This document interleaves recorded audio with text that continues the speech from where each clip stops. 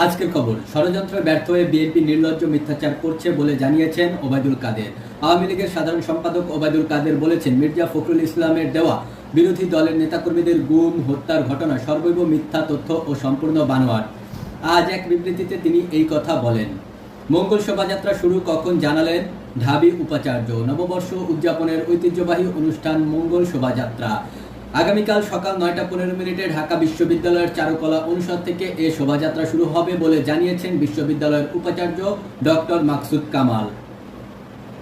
পহেলা বৈশাখ ঘিরে কোনো হামলার তথ্য নেই র্যাবের কাছে। র্যাবের মহাপরিচালক অতিরিক্ত আইজিপি বলেছেন, এবার পহেলা বৈশাখকে ঘিরে জঙ্গি হামলার কোনো সুনির্দিষ্ট তথ্য পাওয়া যায়নি, তারপরও ব্যাপক নিরাপত্তার ব্যবস্থা নেওয়া হয়েছে।